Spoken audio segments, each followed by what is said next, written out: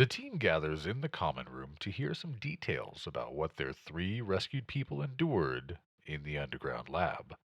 Of course, this wouldn't be our favorite gangers if they didn't argue amongst themselves rather than just getting to the point, and we find out how the rest of the Red Wires fared in the battle, which leads to Juliet feeling feelings that are greater than just the recoil of a rifle shot. It's time to begin episode 64. We've gotta have a more refined sense of taste. Juliet and Horatio, neither Red Hot nor Cass have woken up at this point. So Okay. do you guys just like leave them in the truck? Do No, you? no. So what do you do with them? Well, Red Hot's gonna get dragged up to my room. Before we leave, we'll do a radio signal scanner on him with the car, just to see if he has anything that might get us in trouble. Okay. And assuming he, comes up clean, we're gonna fireman carry him up to our room, throw him on the bed. Yeah, as far as like trackers and stuff goes, nothing comes up. So once he's in the bed, we'll put a liter of purple slush that's 2 days old, not the 3 day old crap, Okay. and then a bottle of T-Bird fuel. Why do you have a bottle of T-Bird fuel? Oh, it's T-Bird fuel is a synthetic whiskey. Oh yeah, it defines rot gut. Instead of calling it wild turkey because of copyright reasons, it's just referred to as aged partridge. The VTOL smugglers drink. That Now makes that a we're lot a of rigger, sense. right? We've got to have a more refined sense of taste. Despite it tasting like straight gasoline. Yeah, because we need that street cred. Okay. Horatio and Juliet, you guys get called to the common room by Kennel. Improv doesn't join you. She's still outside tinkering with everything. And she says that she's listening in over something, something, matrix, something, something, smart, something, something, okay, yeah, okay. Okay, don't worry about it. Yeah, exactly. We'll go in. Yo, Sitting in a relaxed, as bad of a relaxed of a posture as you can, is a older version of Kennel in a pair of sweatpants and probably an armored jacket that he's gotten from one of the other trolls that you guys have in your crew. His feet propped up on the pool table.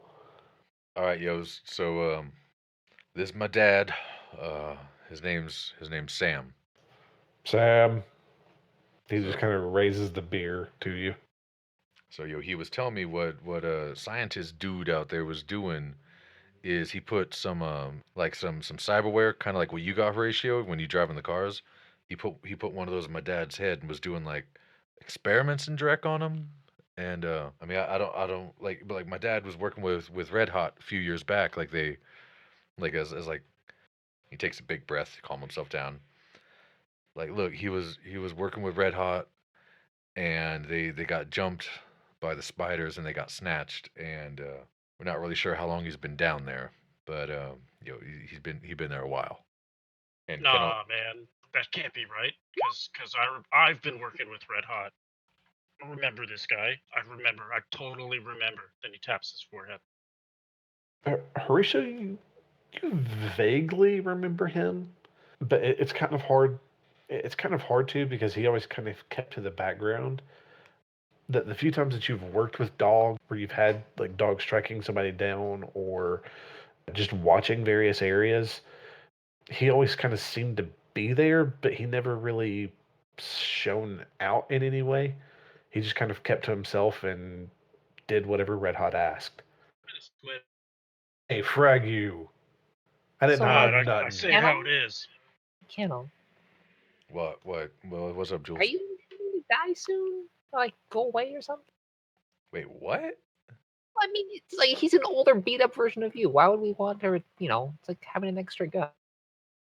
Look, I thought you all might want to know what was going on with them people that snatched Red Hot and snatched his people. The job we just did for free, where we broke in and we started Drek with the spiders that we're going to have to deal with real soon, and we blew up half of a city trying to get down there, and we got attacked by robot dogs in Drek.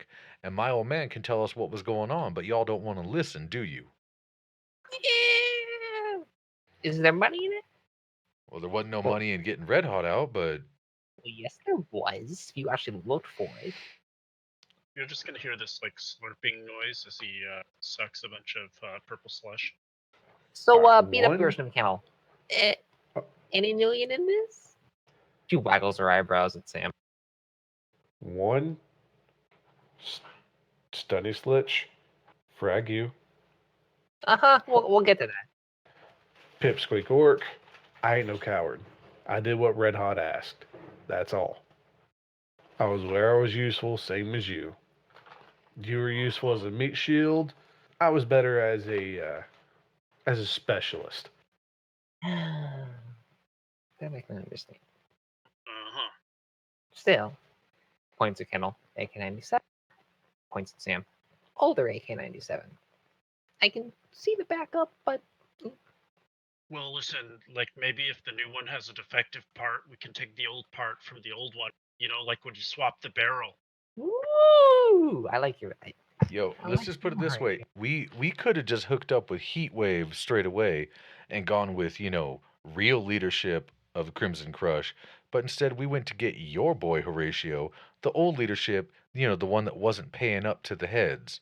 And all I can say is you're the one who brought us over to Red Hot, and you're the one who got us into this because Yeah, that's your because- boy wasn't paying his due. That's because he was mixed up in this thing and kidnapped, right? Juliet's just nodding along the Kennel. And plus, Heatwave wanted us to find him. Yeah, and did we tell her where he was when we found him? No, because she didn't want to know. She wanted him back. Yeah, also you could get patched into the Crush. So I see you benefiting from this too? situation. Yeah, who says I want to be a member of the Crush, man? I got my own thing going. I'm doing just fine without them. What? Hold on. What did I get out of this? What besides million? According to Heatwave, you get to live, girl. Yeah. What? You're not happy with that too? You gotta get an older version of you too. Well, let's hear this guy out. You know, maybe he's old. Maybe his brain's a little addled. He's ancient. But like. Quick question: how old is sometimes- Kid? Kendall's like 22, so his dad would probably. I mean, this is the Yeah, Barons. his so- dad's like barely like 40. Yeah, because they got kids young, because that's just the way it works in every movie. So, yeah, his dad would be like 38 to 41, like somewhere in there. Yeah, so like he's really not that old. Juliet's Yeah, for a troll he's old, but he's not. He's really not old. Juliet's a teenager. Everybody above mid-20s is ancient to her. That's a good point. Look, listen, how about I'll put it this way, Jules? When you wanted to clear out that turf for the getaway house, didn't I roll out with you? Didn't I put Drogon in the sidecar and I flamed the people you that said was to just flame? fun for us both. Hey, I'm just saying, you're the one who's got a new place to stay, and I did that for you, all right? I didn't ask no questions. You said, "Can you be there?" and I was there. Boy, I'm making a bunker for all of us over there. Not just me. Yeah, and that's why you haven't told Horatio about it. I would have gotten around to it. He'd never asked. Yeah, that's what I thought. So I was there for you, and all you just talking about this mad dreck about my dad. So how about you? And Ken will do like the key to the lips. You did what? He's really your dad? Huh. I said, "This is my dad. His name is Sam. I ain't seen him in a while. I didn't know he was hooked up with Red Hot, but apparently there's a lot we don't know about Red Hot. So how about everybody Right. just shuts their fragging hole and we listen to what happened?" Stares expectantly at Sam. No. Like the entire time he's kind of been fighting back laughter. He's kind of been grinning this whole time at all of you. It was no. I'll be honest. I'm not the most educated of people, No, but screw you. And he flips you off. she returns blithely. But he goes, first off, he again like turns his head towards both of you, like his back to you, and kind of like pulls up his hair to where you can see various ports, and specifically one, again, Horatio, it looks exactly like yours on the back of his head. I only remember bits and pieces because, well, I was sedated for most of it. They had me on some sort of drugs to where I was in and out. It's hard to tell what was real, what wasn't. And then 2, they just kind of dumped me in the Matrix from there. From what I understand, from what I've been able to piece together, I've heard about stuff like this working with the police way back in forever ago. Occasionally, some AAA some corps like to mess with animals, implant them with all sorts of wear and stuff. Most of the time, they go crazy. And then every now and then, the best way to control them is to have somebody rig them, I guess. Jump into them like you do trucks and drones and all that sort of stuff. He waves at Horatio. Because that's what I was doing. There's a reason some of those things down there were shooting. I didn't see you, you little dwarf. But the reason a bunch of them were shooting at you so well is because of me. Just so you know, Dad, she didn't come down with us to do the hard work. She was hiding on a roof just with her looking at people or something. What were you doing, Juliet? Making this million. What do you think? All right, so she was up on a roof with a lemonade stand, so that's why you didn't see her. Oh, that's cute, Kennel. Oh, That's and you didn't bring me any cute. lemonade? You know I love that stuff. Oh man, there's a sale every Thursday in the summer. And the heel from palm hits her forehead. Hey, sharing is caring. Yo, he's right about that. We got that poster. Remember, we got that poster in the drug lab that talks about sharing is caring, and it's really cute. It's that really touching moment between two friends as they got the mirror with the powder. You know the poster I'm talking about. Don't worry about it. Anyway, I'm sorry, Dad. You go ahead. You keep talking. But to keep them from going crazy, they would have me jump into those things, implant them with all sorts of God knows what, and I'd had to fill every single second. And see what worked, see what didn't, see what drove them over the edge, see what didn't, and well, dealt with all of it. The whole thing that they were doing down there was just pushing cyberware, bioware to its absolute limit. One of the reasons I guess just about everything that you guys fought, one of the three of us that you picked up, the big fragging assault troll thing that should have been dead was being controlled by Red. All the Matrix stuff, the ice and all that, controlled by Cass. Yo, speaking of which, should we remember we got that robot dock thing, the thing that looks like a coffin with a window on it? Should we put that other girl in that thing? She wasn't looking too good. Honestly, you should probably put us all in there. Otherwise, we're gonna die. No, you Yeah, find let's, Dad. let's do that with the other girl. I don't want her like dying in my car, you know, and then the scent might get in the metal. We're never gonna get that out. And then he's gonna go drag that Cass. That was her name. Yep. And put her in there. Okay. Improv follows you up there, and she tinkers with all of that for a minute, and it takes her probably 2 or 3 hours, and then Cass comes out with a with like a patch of like bandages over her head, like all of her hair is gone, a patch over her head, and she's like, okay. And then she kind of like either points at Horatio or Kendall and tells him, hey, bring the other two. Yo, Dad, tell you what, let's go get you fixed up real quick.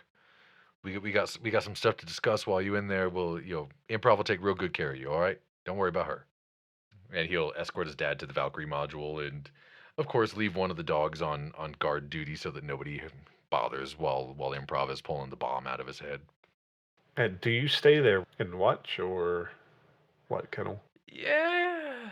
Until it comes time for the knife to come out and start doing some cutting, and then he'll actually step outside of the room, because the idea of seeing his dad get cut open is just kind of freaking him out a little bit. So he won't watch directly, but he will remain in the vicinity for the whole time. Okay. Yeah, it takes another hour or so, and then he comes walking out. Considerably less bandages than what Cass had to have. He seemed to have fared a bit better. Then I guess Red Hot goes in. Has Red Hot regained consciousness, or are we taking him there unconscious? Yeah, we'll say he wakes up. He's obviously very groggy. He definitely feels terrible. Like it's more like you have to like drag him there than him actually like walking there on his own. If you've ever seen somebody with like a horrible concussion, that's what he looks like. So while they are going through all that, in communication with everybody else. Kind of would like to check in with the rest of the Red Wires, see if there's anybody from our crew that needs some kind of medical assistance, or see who made it back and who did not. Just kind of as a way to pass the time. All right. Would you guys please make me an edge check? Actually, all of you make me a leadership check. Leadership? Yep. Okay. Group leadership. Everybody roll. So we're probably assisting Kennel. Is that That's fair? one die. Just all of you roll. Wow. 4 hits. And give me a second to look at improv. I'm guessing it's going to be 1 dice. Yeah, most likely. I just want to make sure. Call it a feeling. Oh yeah, 1 dice. Good job, improv. Everybody else got hits. That gives us a total of 7 on the group leadership. Okay. While out of the group that went in on the battle van, 5 of them were wounded. None of them severely so. All of the ones who actually made it out without with wounds were the ones who were in the initial leaving with the roadmasters and stuff. One of the snipers has actually lost an arm. Oof. Don't worry, baby. We'll take care of you. We'll get you a new one. It'll be even better. We'll put a rocket launcher in it. Yeah. Rocket launcher Or sniper. maybe a Oh bomb. my. Yeah, one sniper lost an arm, but he was kept from bleeding out by his buddy with him, and he's been stabilized by the Valkyrie module. And then one of the Outriders has lost a single eye. Oh, we're gonna get you the whizzest eye patch ever. But outside of that, everything seems to be pretty good. Hey, let's not forget, I lost 2 cockatrices. All right, those war chickens were near and dear to me. Oh, we'll get new chickens for you, buddy. Don't worry. They'll be even better than the old ones. Do you guys go and say anything to any of the guys who got back? Oh, we're gonna give them extra rations tonight, because they did good work. Well, what about the ones who, lost an arm and an eye? No, we're gonna tell them that they're gonna get those things replaced, and they're gonna be even better. Like the guy who lost his arm, he's gonna get like a bomb or a rocket launcher put in there, or maybe 5 finger grenades. And the one with the eye, we're gonna put a laser in that eye, or maybe a bomb, or maybe both, or maybe a drone, and then I could like pop it out and scout with his eyeball. I like the way you're thinking. You actually see him being like, the drone would be pretty fragging cool. I mean, these are people who are our friends. They're not employees. They're subordinates in the hierarchy, but it's not like they're peons to us. So, after everybody has gotten back and had a chance to go through the Valkyrie module while we were talking like with my dad and dealing with all that stuff, then it would be time definitely to check in on everybody and make sure our guys are doing well. And yes, promises would be made. Anybody who lost a limb or the eye or something, don't worry, we got you taken care of. We'll get the money. We'll get you a replacement. You'll be good as new. Yeah, if you actually had them go through the Valkyrie module, one of the guys from the battle van, he's actually going to have a lung replaced or something like that. While it collapsed, it's filling with fluid, and it doesn't seem to be salvageable. Don't worry, Improv will take care of that. And if she can't, I want you to know that we'll make sure that your parts don't go unused. They'll be going to a good cause. But it won't come to that. Don't worry about it. Do we really need to patch them up? I mean, honestly, how much money will this cost? Hey, Jules, let's say you get shot in the eyeball. You want me to leave you behind, or you want us to patch you up? Well, wouldn't you? I don't know. What's in it for me? How much new yen? Well, exactly. That's why I have a dead drop. These guys. We're like a fan. This is our crew. Who do you think keeps you safe when you're sleeping? It's our crew. I thought it was my sensor net. Well, I'm Improv's bombs. All right, look at it this way, Jules. If we let all of our people die, who's going to carry all the rocks we use to build those walls that keep us safe? Or drive the Or drive the vehicles. I'm starting to see it. There we go. Good, How good, much will Jules. it cost? Don't I worry. don't know. I'll pay for it. Don't worry about it. Don't worry about it. They'll be Probably fine. gonna steal it anyway. Sure. Now, Juliet, Yes. whenever this Outrider finally gets out of the Valkyrie module, we're actually going to rewind a little bit before you guys had met up. He actually goes and searches you out. Wait a minute. One of the dwarves got hurt? Yeah, Ah! he was the one who lost an eye. Okay, that was in her overdrive, actually. She would be scrambling around trying to shake Improv out of whatever car she was currently in, screaming about needing hurting the brush up on cyber search. Oh, so 4 people. Yup. It's an issue. Okay. Yup. But yeah, like he gets on the Valkyrie module. Like she doesn't have the tools here to actually like do it herself. You actually have to. She even tells you you'll have to go to an actual street dock for all of that because she just doesn't know what to do. Cue the rapid nodding. What does Juliet do here? Something to realize: Juliet made a big mistake when she actually bothered to train these people herself. She hasn't really sort of consciously caught onto it. It's been very deliberately or unconsciously suppressed. But she sort of thinks of these people as hers. Like they don't really qualify as people yet, but they somehow have this intrinsic value tacked onto them by virtue of being dwarves. So she really doesn't like looking too hard at in the inside of her brain. So yes, she would be fawning over it more or less. Asking, okay, so fawning in a weird sort of way, I guess. Like, how much does it hurt? Are you in pain? I mean, what size is your eye socket? I'll start looking for a replacement ASAP. Etc. Wait a minute. Are you sure you want a like a cyber eye, or we're going to grow a replacement? How are you allergic to anything in the usual vat, etc. Boss, breathe.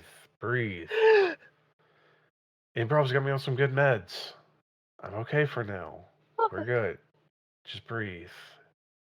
Placement would be cool, but I'm Well, okay. yeah. How are you going to shoot with only one eye? This doesn't work. But I just want to ask. Did we do what we were supposed to?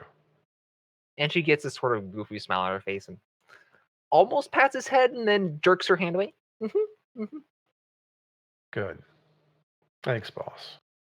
Mm-hmm. He's like, is there anything else you need from us? Is there? Oh no, you've done a lot for us. You've taken care of us. Is there anything we can do for you? Guard the loot. Yeah, can do. He gives you a mock salute. Yeah, we dwarves are gritty, ain't we? Mm-hmm. And she gets that dreamy smile on her face. You know, had we not been born where we were, I get the feeling you'd have been a banker. Just saying. You're all about doing things the right way, Sure, how else are we gonna survive? getting as much as you can. You should be a pirate. I could be a pirate. What pets do you have again? I don't know. Some like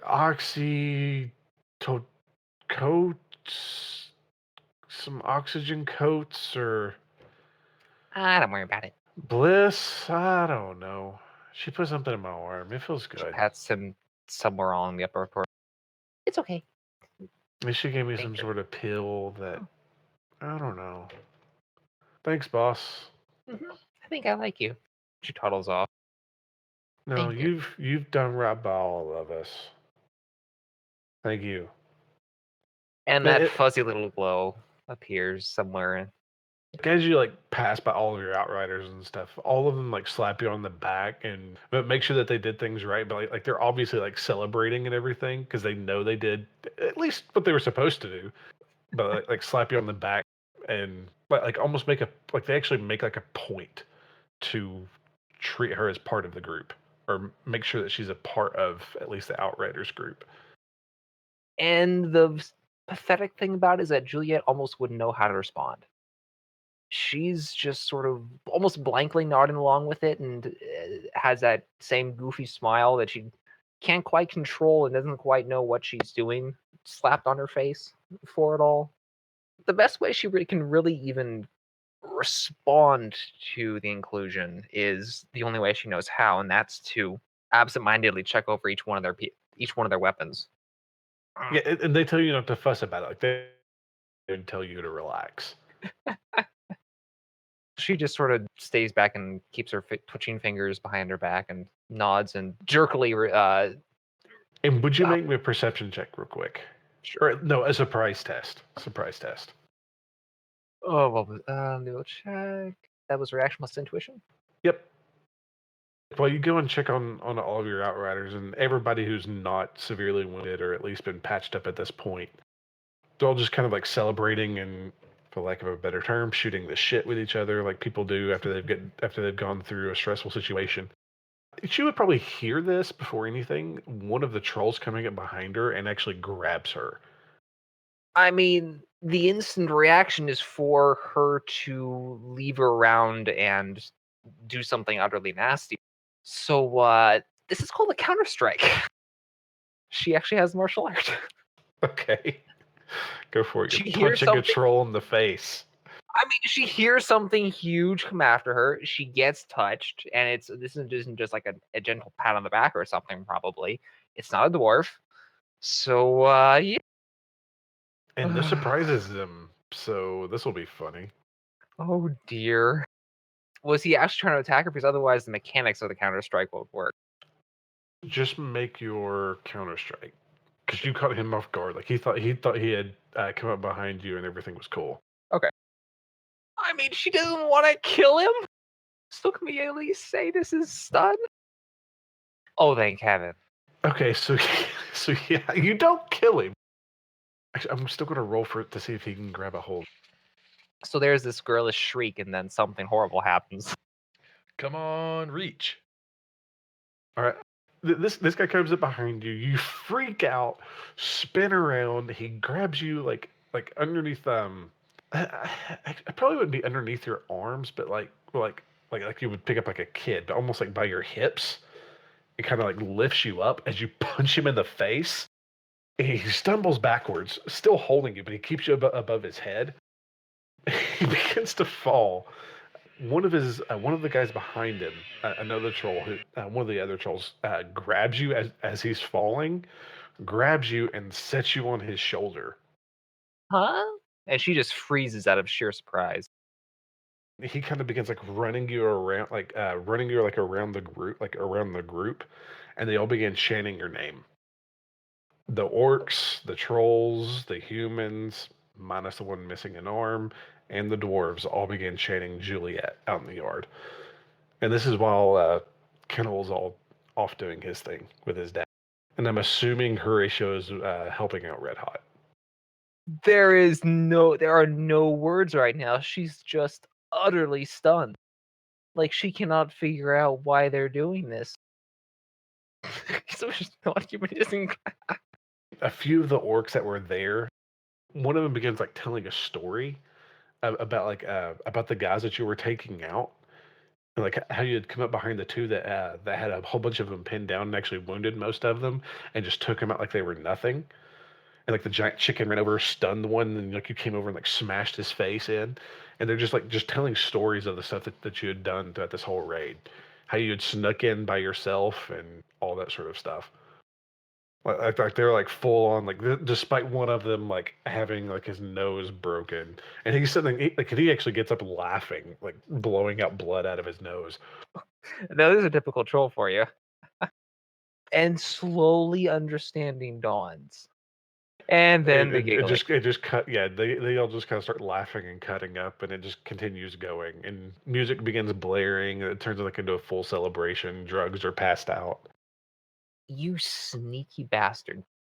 She would actually get into it at this point. She's been so surprised that, I mean, she's literally never really felt this, never found this. It's always been street gangs that want to turn on you or see you as a small fry. She's never actually started as the top dog and then had the others looking up. So yeah, she'd just join in. Get blitzed for once.